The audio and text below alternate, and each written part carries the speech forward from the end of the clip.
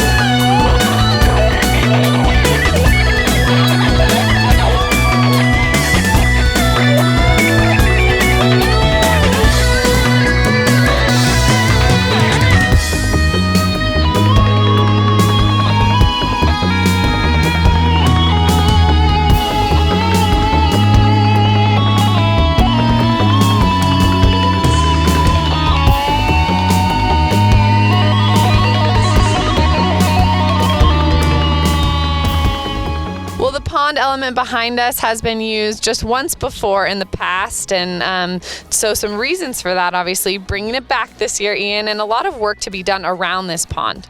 Yeah, I wanted to use this when I first arrived here 5 years ago. We couldn't use it the first year because the water level was too high, so we would have been standing in about 4 feet of water. I managed to use it the second year, and then another 2 years of flooded water, and amazingly enough this year it's almost gone too low, so we've been able to get down here, but it's only fenced 4 to 7 in this little area, and we've got the sort of big drop in and then back up the bank and then the keyhole and another sharp turn to brush, and then we come back in at the end of the pond and over the duck in the water. So it's early in the course, but it's quite an intense little area. First 3 fences just let them get galloping, get started, and then they know what they're about when they get here.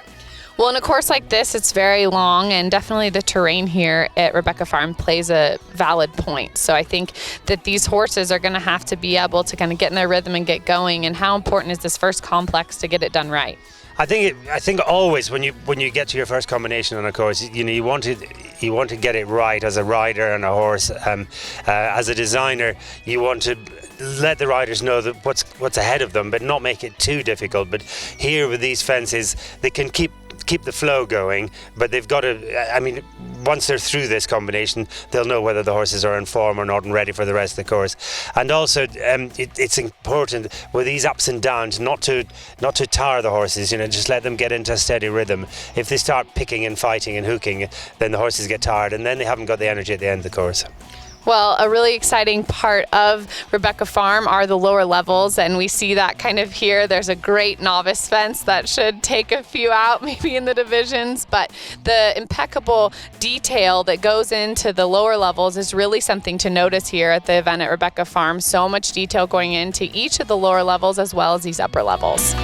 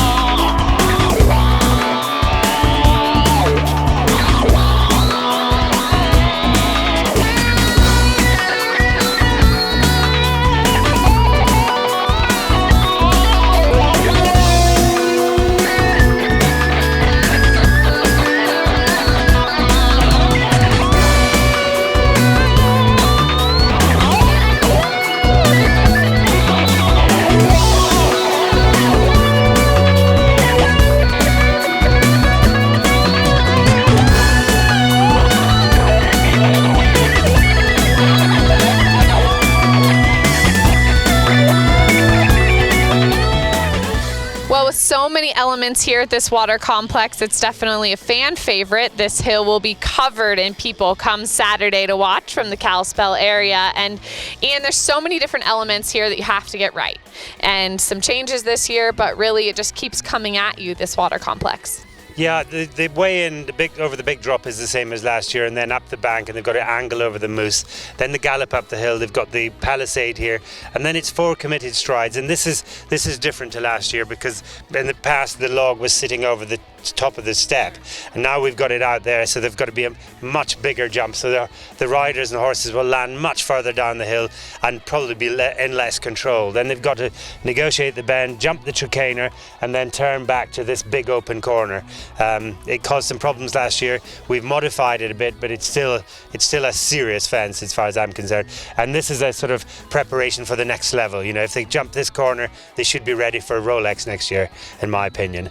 But there is an alternative for the less experienced ones. They can come round and jump the 12 AB of the 2-star, but that again is going to waste 25-30 seconds. And for the CIC 3-star, I think it's important to also note that they've got a lot of work for themselves to do here too. They're going to jump this big guy and really need to hurry and gather themselves together, because that corner at 13.8 is going to come quite quickly. Yeah, they don't have to do the big open corner, because I think that's very much a CCI fence, not a CIC.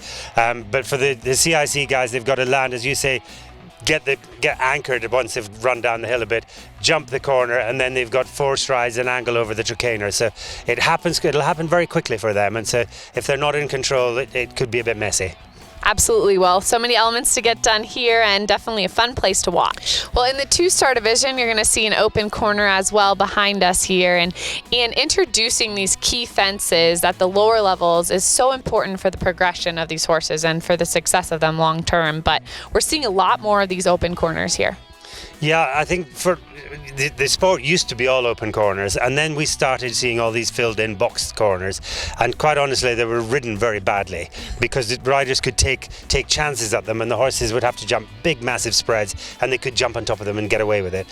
So the sport is heading more towards open corners again, to get riders to ride the correct line, otherwise they can get into trouble. And in the past, you know, I've got this fence here framed with the 2 red flags, and quite often we've had trees at behind them, so that they're very much pushing them onto the corners.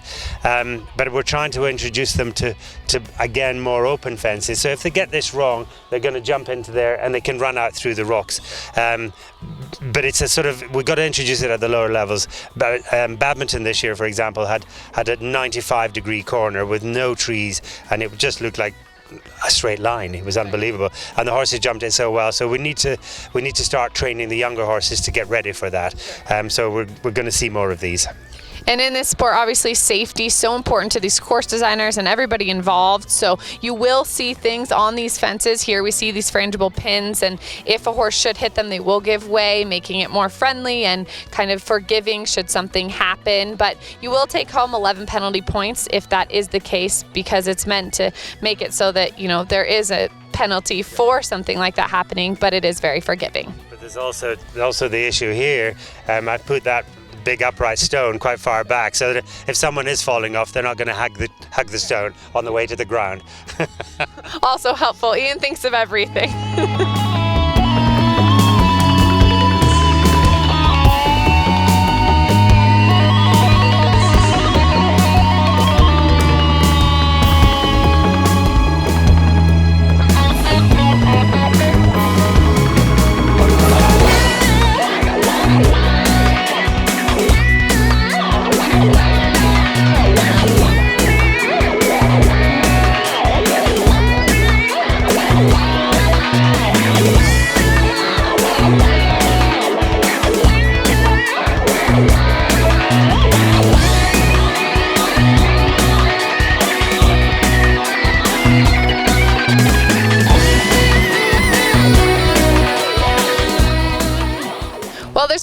chatter in the barns about this new complex here, this Normandy Bank. And Ian, a really interesting element, you were just telling me that if a horse actually stops on the top of this quite large bank, as you can see Ian and I standing here, they actually are going to have to jump back down is their black flag option. Yeah, well, the idea was, because it's a bounce element and they may miss the step a bit, they can stop at the log, and rather than send them off looking for another fence, we just black flagged coming off. So they've got to turn around and jump down, which is quite a big step down and a decent ditch. So they may have had a stop, and the riders were going, ugh, and then they've got to turn around and say, come on boy, down here, and then they've got to go around the corner and find the corner jump at 4 strides away after the log, which is it's quite tight.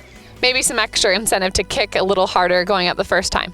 Yeah, they don't really want to make a mess of this. They want to just get over it and keep going.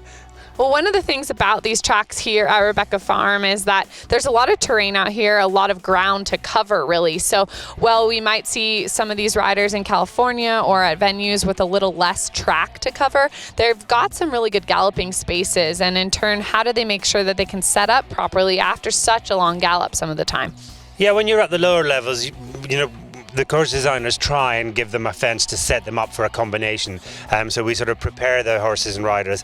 When they get to the 3-star level, we expect the riders to do the work. So yeah, they've got a little bit of a turn coming into this bank, but really it's up to them where they set up and how much preparation they do. And if they start too early, they waste time. And if they start too early at every combination, that suddenly adds up to, it can be 30 seconds over the clock. So they've got to set up and wait as long as possible, make the quick adjustment, and then keep the rhythm going. Well, definitely where it's fun as a spectator to watch those upper level riders and kind of see how they make those preparations for the fences.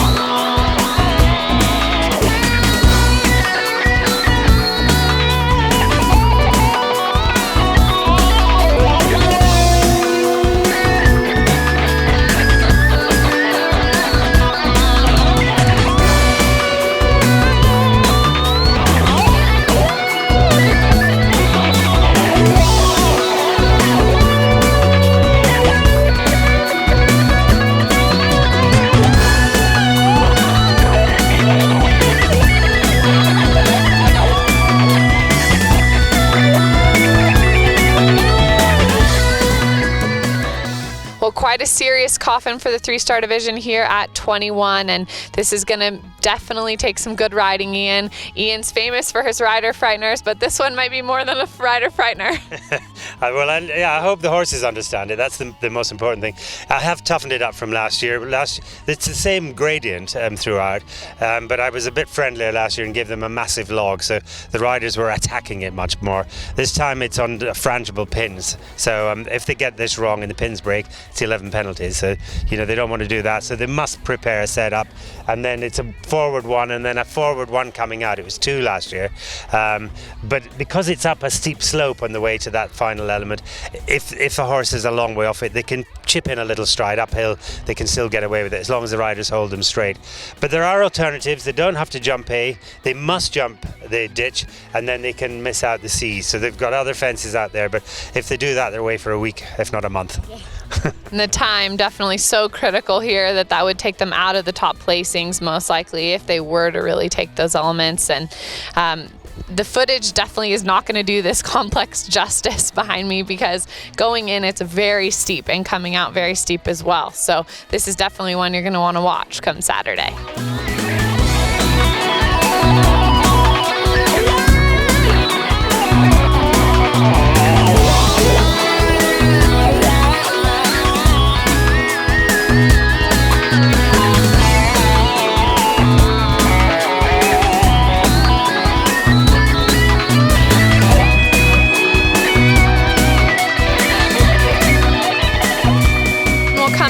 this fun gator fence, and then they'll have 2 corners to navigate. And Ian, the first corner here behind us is on the mound. It's going to be the takeoff will be on a grass takeoff and landing, but the second one is out of the water. And as a rider, how do you go about kind of navigating that when you're leaving the ground in the water?